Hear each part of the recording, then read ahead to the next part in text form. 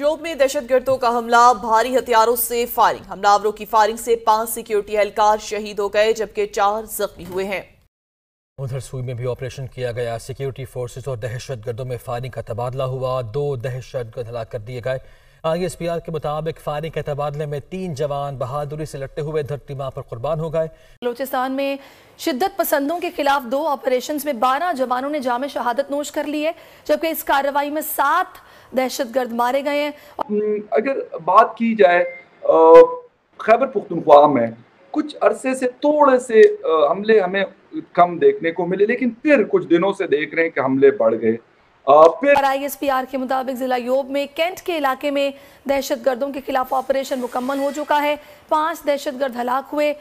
नमस्कार दोस्तों, जय हिंद। दोस्तों, जिस तालिबान को लेकर पाकिस्तानियों ने सबसे ज़्यादा जश्न मनाया था, वही आज तालिबान पाकिस्तान के गले की फांस बन चुका है, क्योंकि पाकिस्तानी सरकार हमेशा आरोप लगा रही है कि तालिबान TTP को शरण देता है और TTP पाकिस्तानी फौज पर हमले करती है। क्या है, पाकिस्तानी मीडिया का रिएक्शन वीडियो को स्टार्ट करते हैं, लेकिन उससे पहले यदि आपने हमारे चैनल को सब्सक्राइब नहीं किया तो सब्सक्राइब करें। वीडियो पसंद आए तो लाइक करें, कमेंट करें और शेयर करें। जय हिंद, वंदे मातरम। दहशतगर्दों ने योब गैरिजन में घुसने की कोशिश की, जहां ड्यूटी पर मौजूद सिक्योरिटी एहलकारों ने दहशतगर्दों की इस कोशिश को नाकाम बनाया। उधर जिला डेरा बुगटी के इलाके सुई में भी दहशतगर्दों के खिलाफ ऑपरेशन जारी है और 2 शिद्दत पसंद मारे जा चुके हैं।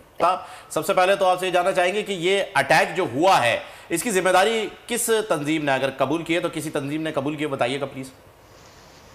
अच्छा, अभी तक ऐसा कोई क्लियर कट इंस्ट्रक्शंस के अंदर जिम्मेदारी कबूल करने का अभी तक इंफॉर्मेशन नहीं है, लेकिन जाहिर है कि जो पाकिस्तान दुश्मन नासिर हैं, जो कि तरीके तालिबान हैं, जो चाहे अफगानिस्तान की या पाकिस्तान की, उन्हीं की कार्रवाइयाँ हैं या उनके स्लीपर सेल हैं जो पाकिस्तान में कर रहे हैं। अगर ये इसका तक लेटेस्ट है। बताइएगा, ये छावनी में कितने जवान मौजूद होते हैं एक वक्त में, उनकी तादाद क्या होती है, माहौल क्या होता है, वहाँ सिक्योरिटी कैसी होती है और इनकी रसाई किस तरह देख रहे हैं आप इन दहशतगर्दों की जिन्होंने कोशिश की है? बिल्कुल ठीक। देखें, इसका अगर हम 3 लेवल्स के ऊपर एनालिसिस कर लें, जो कल के 2 अटैक्स हुए, एक सुई में हुए और जबकि एक जोब कैंट के ऊपर हुए जिसमें 9 जवान शहीद हुए और 3 जो है सुई के अंदर कल दिगडले ये अटैक 2 हुए थे। अब इसके अगर 3 लेवल्स के ऊपर अगर आप एनालिसिस करें, मैं क्विकली एनालिसिस कर दूंगा आपके लिए।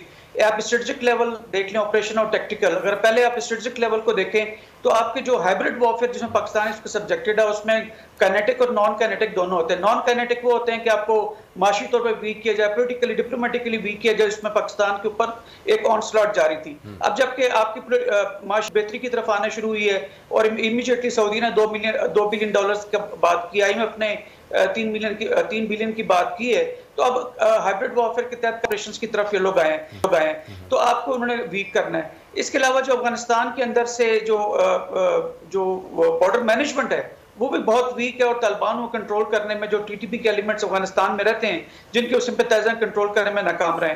फिर भी जो हालिया दिनों के अंदर आप देखें तो इंडिया और अफगानिस्तान के दरमियान स्टाफ लेवल के ऊपर मुआहदे हो रहे हैं, जिसमें कि वो कॉन्सुलेट जितने पाकिस्तानी बॉर्डर्स के साथ थे उसको दोबारा रीऑपरेशनलाइज कर रहे हैं, ताकि पाकिस्तान के अंदर उसी तरह के बदअमनी के हालात पैदा किए जा सके जैसे पिछले सालों में रहे। अगर ऑपरेशनल लेवल की अगर आप बात करें तो उसमें अगर पिछले दिनों में देखें तो पाकिस्तान के ने बहुत फतवात हासिल किए हैं और इनके जो मेन लीडर्स थे TTP के, वो भी लास्ट डिच किस्म की ये एफर्ट, एक तो अपने जितने सिंपैथाइजर्स हैं, जितने उनके ट्रूप्स थे, जो उनके नीचे काम करने वाले लीडर्स TTP के थे, वो जो अपने कॉन्फिडेंस लूज कर रहे थे, उनके अपने जो फॉलोअर्स थे, उनको एक किस्म का दोबारा से इन अटैक्स के जरिए वो कॉन्फिडेंस गेन करना चाहते हैं। सेकेंडली, अपने जितने मनी लेंडर्स हैं, उनके जो पैसे दे के पाकिस्तान में हालात खराब करवाते हैं, ऑफ कोर्स जिसमें इंडिया मेन है और दूसरी हॉस्टाइल इंटेलिजेंस एजेंसीज, उनके लिए भी एक किस्म का उन्होंने एक एफर्ट किया कि लोग हम अभी तक उसी तरह से इफेक्टिव हैं और पाकिस्तान में जहां चाहे ऑपरेशन कर सकते हैं। अब टेक्निकल लेवल जो आपका सवाल था कि ऐसा जोब कैंट के अंदर कितने को ट्रूप्स होंगे, तो इसमें तकरीबन एक ब्रिगेड की साइज की होती है। ब्रिगेड में 3 से 4 हज़ार जो है वो लोग एट अ टाइम वहाँ पे मौजूद होते हैं। लेकिन कल का जो अटैक था, उन्होंने एक ऐसी जगह से जो उसको चूज किया कि जहाँ पे फैमिलीज के क्वार्टर्स थे, तो वो जनरली इतने फैमिली वाला इन्वायरमेंट होता है तो वहाँ पे उतनी सिक्योरिटी शायद नहीं होती। लेकिन उसका ये मतलब नहीं है कि आप उस जगह को आप ढीला छोड़ दें, तो कहीं हमारी सिक्योरिटी लैब्स भी थी। टीटीपी के हवाले से अफगान हुकूमत के मुख्तलिफ लोगों के बयानात हमें देखने को मिलते हैं, अमीर खान मुत्तकी साहब के, फिर शाहीन साहब के, या फिर ज़बीहुल्लाह मुजाहिद साहब के। वो कहते हैं कि यार हम इनको कुछ नहीं कह सकते, ये आपका इंटरनल मैटर है, आप जाने ये जाने। ये वाकई हमारा इंटरनल मैटर है या सपोर्ट और ये सारी चीज़ें हैं जिसकी वजह से हमारी ड्यूटी एजेंसीज को एक मुश्किल जंग लड़नी है। मरने का नाम नहीं ले रहा, ठीक है, या ख़त्म होने का नाम नहीं ले रहा। और अगर इस किस्म की जो इंसर्जेंसी जिसको हम कहें, पार्ट इंसर्जेंसी कहें, टोटल इंसर्जेंसी तो नहीं है लेकिन पार्ट इंसर्जेंसी अगर इसको हम कहते हैं, तो इंसर्जेंसीज हमेशा एक्सटर्नल सपोर्ट के ऊपर सर्वाइव करती हैं। दुनिया की कोई भी इंसर्जेंसी इंडिपेंडेंट अपने तौर पर इंटरनल सपोर्ट की बात करें या इंटरनल इश्यूज़ की बात करें या इंटरनल उनकी ज़िंदगी, उनके सर्वाइवल की बात करें तो नहीं होता। ये हमेशा से ग्लोबल फिनोमेना है। अब आते हैं कि टीटीपी का अफ़गानिस्तान के साथ क्या ताल्लुक़। देखिए, अफ़गानिस्तान में तालिबान अमरीकनों के साथ एक जंग लड़ रहे थे, बड़ी लंबी जंग है, 20 साल जंग है। 2000 दिसंबर अक्टूबर 2001 से लेकर तो जुलाई 2021 तक, जुलाई 2020 तक, अगस्त 2021 तक, हाँ जी, अगस्त 15 अगस्त को टेक ओवर कर लिया था। हाँ, 2020 में तो इनका मुआहदा हुआ था, फरवरी में 20 में। तो एक लंबी जंग है जिसमें तालिबान को भी एक्सटर्नल सपोर्ट मिलती रही। बिल्कुल, वो थी टीटीपी की सूरत में। जी बिल्कुल।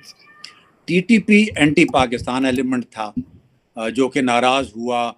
पिछले दिनों एक जगह मैंने गेट अवे फैक्शन का नाम लिया था तो लोग बड़े नाराज़ हुए थे कि सर गेट अवे नहीं था वो। बहरहाल उनकी अंग्रेजी मेरी अंग्रेजी बर्दाश्त कर लें उन्हें चलो बहरहाल, लेकिन हम उनको वैसे ही एक नाम था, गेट अवे फैक्शन कहा करते थे जब वी वर इन दी, वो कहते हैं सिस्टम में था जब मैं तो ये जो गेट अवे फैक्शन थे ये हिस्सा बन चुके थे टीटीपी का, चाहे वो जैश से टूटे चाहे वो लश्कर तैयबा से टूटे, ठीक है।